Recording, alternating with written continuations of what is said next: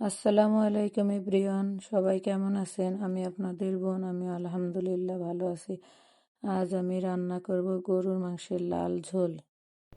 মাংসটা আমি হাতে মেখে রান্না করব, এজন্য আগে আমি সব মশলা দিয়ে মাংসটা মাখিয়ে নেব। এখানে আমি রসুন, পেঁয়াজ, ধনিয়া গুঁড়ি, মরিচের গুঁড়ি, গরম মশলা, সরিষার তেল সব কিছু দিয়ে মাংসটা ভালো করে মেখে নেব। দিয়ে দেব টমেটো, লবণ, জিরা, আদা, রসুন বাটা দিয়ে এবার আমি ভালো করে মাখাবো। অনেকক্ষণ ধরে মাখাতে হবে যাতে মশলাগুলো মাংসের ভিতরে একবারে ঢুকে যায়। একবারে খাঁটি সরিষার তেল দিয়ে মাংসটা আমি রান্না করছি। সরিষার তেল দিয়ে গরুর মাংস রান্না করলে এত মজা লাগে। আমার মতো কারা সরিষার তেল দিয়ে গরুর মাংস খেতে পছন্দ করেন কমেন্ট করে জানাবেন। এবার আমি চুলায় কড়াই বসিয়ে খুব সুন্দর করে মাংসটাকে কষিয়ে নেব। মাংস যত কষানো হবে মাংসর টেস্ট তত বাড়বে। এই যে দেখেন আমি খুব সুন্দর করে মাংসটাকে কষিয়ে নিচ্ছি। অনেকক্ষণ ধরে কষাতে হবে। আমি মাঝখানে সামান্য একটু পানি দিয়েছি অফ ক্যামেরায়। এই যে দেখেন আমি বারবারই নাড়তেছি। আমি নতুন, আশা করি সবাই আমার পাশে থাকবেন। আমার ভিডিও ভালো লাগলে লাইক, কমেন্ট, শেয়ার করবেন। ভিডিও কেমন হলো সবাই জানাবেন। আপনাদের উৎসাহ পেলে সামনের দিকে এগিয়ে যাব ইনশাল্লাহ। মাংসটা ভালোভাবে কষানো হয়েছে, এখন আমি দিয়ে দেবো আগে থেকে লবণ হলুদ মাখানো আলু।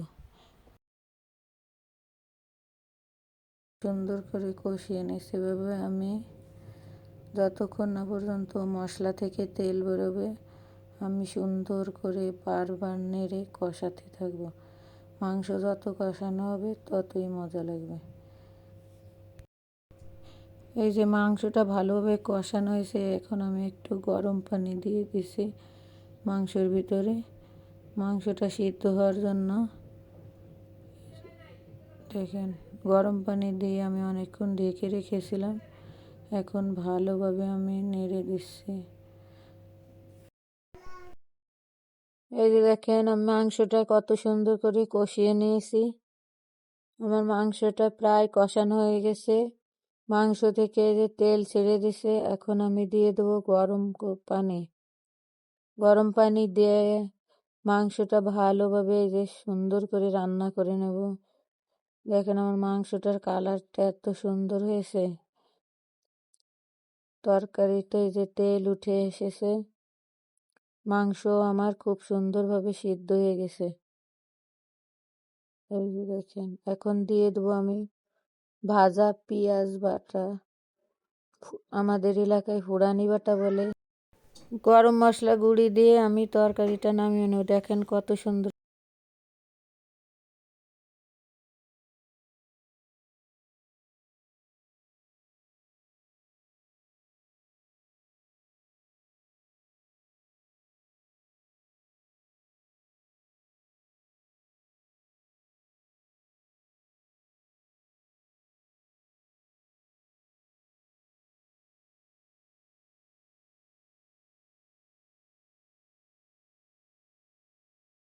তারপরে দিয়ে দেবো আমি গরম মশলার গুঁড়ি। ঝোলটার কালারটা এত সুন্দর এসেছে, তরকারিটাও খুব স্বাদ হয়েছে।